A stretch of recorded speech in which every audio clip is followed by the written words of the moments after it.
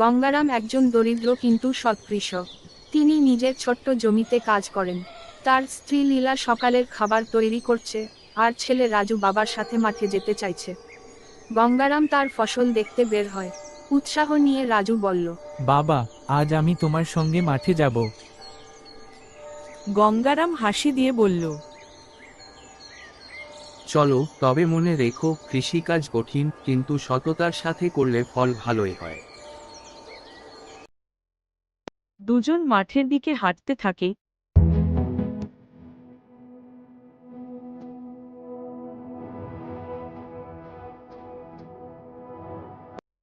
গঙ্গারাম তার ক্ষেতের ফসল পরীক্ষা করছে।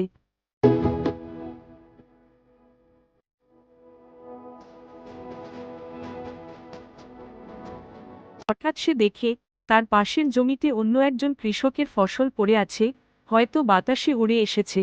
সে চিন্তিত হয়ে পড়ে আর নিজের মনে মনে ভাবল, এটা তো রামলাল চাচার ফসল, আমি ওনাকে ফেরত দেব। সে ফসল নিয়ে রামলালের বাড়ির দিকে হাঁটা শুরু করে। পথে অন্য কৃষকরা তাকে দেখে বিস্মিত হয়। প্রতিবেশী কৃষক বিস্মিত হয়ে বলল, গঙ্গারাম, তুমি এত ভালো ফসল পেয়েছো, এত সুন্দর ধান কোথায় পেলে? গঙ্গারাম হাসি দিয়ে বলল, এটা আমার ফসল নয়, রামলাল চাচার জমি থেকে এসেছে, আমি ফেরত দিতে যাচ্ছি। প্রতিবেশীরা অবাক হয়ে তার সততার প্রশংসা করে। গঙ্গারাম রামলালের কাছে ফসল পৌঁছে দেয়। রামলাল অবাক হয়ে যায়। রামলাল ফসল দেখে খুশি হয় এবং গঙ্গারামকে ধন্যবাদ জানায়। সে গঙ্গারামের সততায় মুগ্ধ হয়ে তাকে কিছু ফসল উপহার দিতে চায়। রামলাল আবেগী হয়ে বলল, গঙ্গারাম, তুমি খুব সৎ মানুষ। আজকাল এভাবে কেউ ফসল ফেরত দেয় না। আমি তোমাকে কিছু ফসল উপহার দিতে চাই। গঙ্গারাম মৃদু হাসি দিয়ে বলল, না চাচা, আমি আমার পরিশ্রমের ওপর বিশ্বাস করি। সততা থাকলে কখনো অভাব হবে না। রামলাল এবং গ্রামবাসীরা গঙ্গারামের সততার প্রশংসা করে।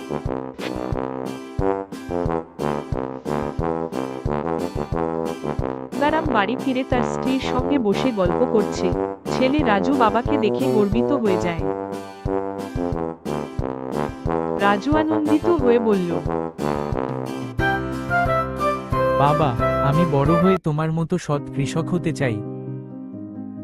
গঙ্গারাম স্নেহের হাসি দিয়ে বলল, মনে রেখো, টাকা নয়, সততা আর পরিশ্রমই একজন মানুষকে সত্যিকারের বড় করে তোলে।